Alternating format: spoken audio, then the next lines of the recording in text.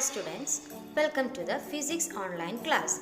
In the previous video, you learned some of the important concepts of our first chapter, forces in fluids, like what is buoyancy, how to measure buoyancy, factors affecting buoyancy, etc. And in this video, you are going to learn about Archimedes' principle. Archimedes' principle. We all know about the fact that some objects sink in water and while others float. Let's look at the balloon. Do you know what makes the balloon float on water? Well, it's the upward force of water which makes the balloon floats.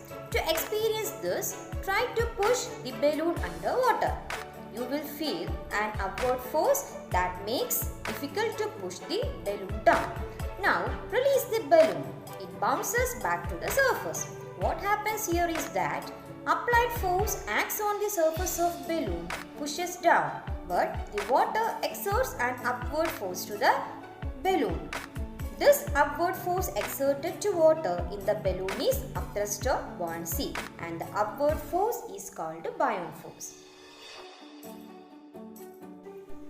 Why an iron nail sinks in water while a huge iron ship floats? Let's see. An iron nail sinks as it is a solid and with less volume of water, and its density is greater than water. Thus, the upthrust exerted by the water on nail is less than the weight of the nail. This causes it to sink. An iron ship flows as it is hollow, filled with air, and occupies more volume in water, and its density is less than water. Thus, the upthrust exerted by the water on the ship is greater than the weight of the ship. That is, the factors affecting buoyant force are volume V, density ρ, and acceleration due to gravity, small letter g. That is, upthrust or buoyant force equals V into, that is volume into density into acceleration due to gravity. In general, an object experiences loss of weight in water due to the upthrust or buoyancy and is equal to the weight of water displaced by it. Let's see an experiment to define Archimedes' principle. Experiment. Take a beaker filled with 3/4 of water and put your index finger into it. You will observe that the water level rises slightly. Then you put 2 fingers, the water level rises more. Now you put your hand into the wrist level, you will see the level of water increases significantly. An ancient Greek scientist, Archimedes, observed something similar when he got into a bathtub. When he got in, he realized that the level of water rises up. In both the cases, you noticed the water is displaced by the object that goes into it. Let's keep it in mind, okay?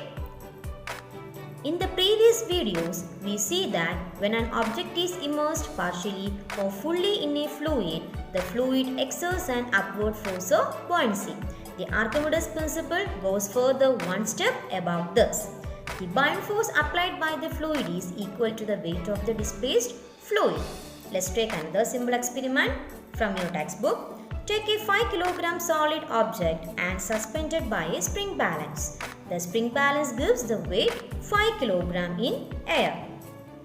Then take a beaker of water with a small opening at the top. Then fill the water up to this opening. Then immerse the substance along with the spring balance into the beaker. You will see the balance shows less weight than in air. It is because of the buoyant force. At the same time, some amount of water is displaced. Now, in this context, we can say that the weight of this displaced water is equal to the value of buoyant force exerted to the object. That is, the Archimedes principle states that when an object is immersed fully or partially in a fluid, the upward force applied by the fluid on the object is the same or equal as the weight of the fluid displaced by the object. An example for this principle. Why ship floats on water? It's very simple. It is because of the weight of the displaced water below the keel is equal to the vessel's weight. So everything above the keel remains float. That's because the water to applied bond force to the ship equal to the water displaced by the ship. Hope you all understood the topic. If you have any doubts related with this, you can ask me through the WhatsApp. Thank you.